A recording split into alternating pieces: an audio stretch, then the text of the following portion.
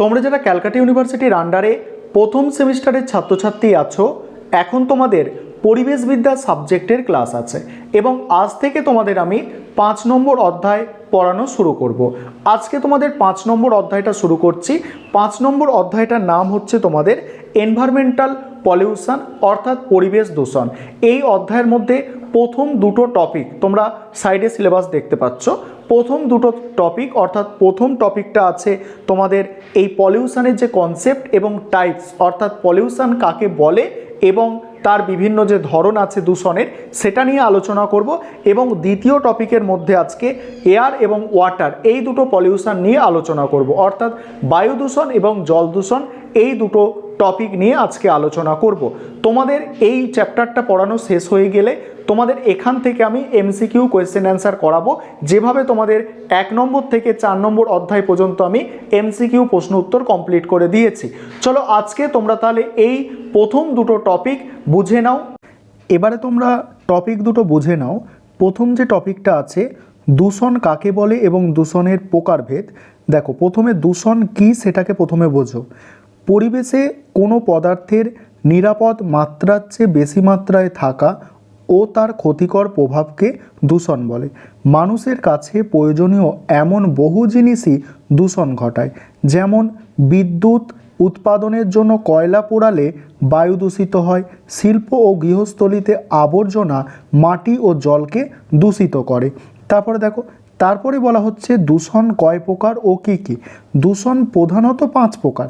এছাড়াও অন্যান্য কিছু দূষণ আছে, যেমন প্রধান 5 প্রকার যেগুলো দেখো: বায়ু দূষণ, জল দূষণ, মাটি দূষণ, তেজস্ক্রিয় পদার্থের দূষণ আর শব্দ দূষণ। এই 5 প্রকার হচ্ছে প্রধান দূষণ। এছাড়াও উল্লেখযোগ্য হলো প্লাস্টিক দূষণ, আবর্জনা থেকে দূষণ, তাপীয় কারণে দূষণ, তারপরে দৃশ্য দূষণ, আলোক দূষণ ইত্যাদি। এবারে বলা হচ্ছে দ্বিতীয় যে টপিকটা, দ্বিতীয় টপিকের মধ্যে দুটো পার্ট নিয়ে আজকে আলোচনা হবে, এয়ার এবং ওয়াটার। প্রথমে দেখো বায়ু। বায়ু দূষণ কাকে বলে? WHO এর মতে পৃথিবীর বায়ুমণ্ডলের মধ্যে ক্ষতিকর পদার্থের সমাবেশ যখন মানুষ ও তার পরিবেশের ক্ষতি করে সেই অবস্থাকে বায়ু দূষণ বলে। তারপরে কি বলা হচ্ছে দেখো, বায়ুমণ্ডলে নির্গত হওয়া দূষিত ধোঁয়া, বায়ুমণ্ডলে নির্গত হওয়া দূষিত ধোঁয়া, গ্যাস, গন্ধ মানুষ, জীবজন্তু, উদ্ভিদ জগতের ক্ষতি হয় বা মানুষের জীবন ও স্বাচ্ছন্দ্যে বাধা দেয়, তাকে বায়ু দূষণ বলে। এবারে বায়ু দূষণের প্রকৃত কারণ বা উৎস কোনগুলো দেখো। 1 নম্বর হচ্ছে অগ্ন্যুৎপাতের ফলে নিঃসৃত sulphur dioxide, carbon monoxide, hydrogen sulphide gas. 2 নম্বর হচ্ছে বিভিন্ন জৈব অজৈব পদার্থের বিয়োজন বা পচনের ফলে সৃষ্ট গ্যাস। 3 নম্বর দাবানল, ধূলিঝড়। 4 নম্বর হচ্ছে ভাইরাস, ব্যাকটেরিয়া, ফাঞ্জাই, অ্যালজি, পরাগ রেণু ইত্যাদি। এবারে বায়ু দূষণের মানে অপ্রাকৃতিক বা মানুষের তৈরি কারণ কি কি। বায়ু দূষণ মানে মানুষের ফলে যে বায়ু দূষণ হয় সেটা কিভাবে হয় দেখো। 1 নম্বর হচ্ছে ধূলিকণা। খনি এলাকায় ধুলোবালি, ধূলিকণা, শিল্পজাত ধূলি যেমন ফ্লাই অ্যাশ এইগুলো এবং ধোঁয়া। 2 হচ্ছে এরোসল। দাড়ি কামানোর যে ফর্ম হয় বা স্প্রে হয়, বিমানে ব্যবহৃত এবং কেরোসিন স্টোভ থেকে নির্গত এরোসল। তারপরে হচ্ছে দূষক গ্যাস, যানবাহন ও কলকারখানা থেকে নির্গত গ্যাস যেমন carbon monoxide, sulphur dioxide, nitrogen oxide ইত্যাদি গ্যাস। তারপরে বনবিনাশ, অরণ্য ধ্বংস করার ফলে অক্সিজেন ও কার্বন ডাইঅক্সাইডের পারস্পরিক ভারসাম্যের হানি ও কার্বন ডাইঅক্সাইডের পরিমাণ বৃদ্ধি। তারপর হচ্ছে দুর্ঘটনা, যুদ্ধ বিগ্রহের ফলে বা পারমাণবিক চুল্লিতে দুর্ঘটনার ফলে তেজস্ক্রিয় পদার্থের বিকিরণ ইত্যাদি। এবারে হচ্ছে প্রভাব দেখো, মানুষের ওপর প্রভাব। ধোঁয়াশার প্রভাবে চোখ জ্বালা করে, দৃষ্টি ঝাপসা হয়ে যায়। 2 হচ্ছে সালফার ডাইঅক্সাইডের প্রভাবে শ্বাসকষ্ট দেখা দেয়, যেমন ব্রঙ্কাইটিস, যক্ষা প্রভৃতি রোগ হয়। তারপরে দেখো নাইট্রোজেন ডাইঅক্সাইডের জন্য শ্বাসকষ্ট হয়, ফুসফুসের ক্ষতি হয়, নিউমোনিয়া হওয়ার আশঙ্কা থাকে। কার্বন মনোক্সাইডের জন্য রক্তে অক্সিজেন সংবহন ক্ষমতা বিঘ্নিত হয়, পরের পয়েন্ট হচ্ছে বাতাসে ভাসমান সীসা, বালি, কয়লার গুঁড়ো ইত্যাদি শ্বাসনালী ও ফুসফুসের ক্ষতি করে, স্নায়ুরোগের কারণ হয়। তারপরে দেখো জল দূষণ কাকে বলে। পরের যে টপিকটা আছে, জলের সঙ্গে কোনো অবাঞ্ছিত পদার্থ মিশে যাওয়ার ফলে যদি জলের ভৌত, রাসায়নিক ও জৈব বৈশিষ্ট্যের পরিবর্তন হয় এবং তার ফলে জলজ উদ্ভিদ, প্রাণী ও মানুষের ক্ষতির আশঙ্কা থাকে, তবে জলের সেই খারাপ অবস্থাকে জল দূষণ বা ওয়াটার পলিউশন বলে।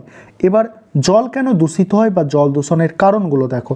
1 নম্বর হচ্ছে ঘর গৃহস্থলীর দৈনন্দিন আবর্জনা থেকে দূষিত করে। তারপরে শিল্পজাত আবর্জনা ও বর্জ্য পদার্থ জলে মিশে গেলে জল দূষিত হয়। 3 নম্বর কৃষিজাত আবর্জনার জন্য জল দূষিত হয়। 4 নম্বর বৃষ্টির পরে জনবসতি থেকে ধুয়ে আসা ময়লা জলের কারণে জল দূষণ ঘটে। তারপরে হচ্ছে 5 নম্বর ডিটারজেন্টের প্রভাবে জল দূষিত হয়। 6 নম্বর সমুদ্রের জলে ভাসমান তেল বা সমুদ্র জলকে দূষিত করে। তেল হচ্ছে সমুদ্রের জলকে দূষিত করে। আর হচ্ছে অ্যাসিড বৃষ্টি ও জলকে দূষিত করে। 8 হচ্ছে জলের তাপ বৃদ্ধি পেলে জল দূষিত হয়। 9 হচ্ছে জলে রোগ জীবাণু বৃদ্ধি পেলে জল দূষণ ঘটে। তারপরে মানব জীবনে জল দূষণের প্রভাব। মানব জীবনে দেখো, দূষিত জল থেকে টাইফয়েড, জন্ডিস, আমাশয়, চর্মরোগ এইসব রোগগুলো হতে পারে। তারপরে দেখো অ্যাডবেস্টার জাতীয় রাসায়নিক পদার্থ দূষিত জল থেকে অ্যাসবেস্টোসিস, ক্যান্সার প্রভৃতি রোগ হয়। তারপরে তামা, ক্লোরিন, নিকেল, লোহা মিশ্রিত জল থেকে চর্মরোগ, পেটের অসুখ হয়। পারদ থেকে পারদ দূষণের জন্য মিনামাটার রোগ হয়। তারপরে দেখো জল শোধন করার সময় ফ্লুরিন অতিরিক্ত ব্যবহার জলকে দূষিত করে। এর থেকে অ্যালার্জি, কিডনির সমস্যা দেখা দেয়। তারপরে পরিবেশের ওপর প্রভাব দেখো, মাটির ওপর প্রভাব। দূষিত জল কৃষিকাজ করা হলে ভালো ব্যাকটেরিয়া ও মাটির মধ্যে বসবাসকারী জীবাণুর ক্ষতি হয়। এতে মাটির উর্বরতা হ্রাস পায়। তারপরে বলা হচ্ছে দূষিত ভৌম জল মাটির ক্ষারের পরিমাণ বৃদ্ধি করে।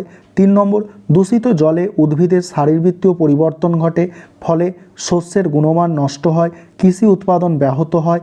সামুদ্রিক পরিবেশ ও দূষিত জলের, এবার দেখো সামুদ্রিক পরিবেশে দূষিত জলের প্রভাব। 1 নম্বর সমুদ্রের জলে ভাসমান তেলের আস্তরণ সামুদ্রিক প্রাণী, উদ্ভিদের ক্ষতি করে এবং মাছের উৎপাদন কমে যায়। 2 নম্বর দূষিত জলের প্রভাবে জলজ উদ্ভিদের মধ্যে বিষাক্ত পদার্থ জমা হয়। 3 নম্বর জল দূষণের জন্য সামুদ্রিক বাস্তুতন্ত্র বিঘ্নিত হয়। এই ছিল আজকে তোমাদের ক্লাস।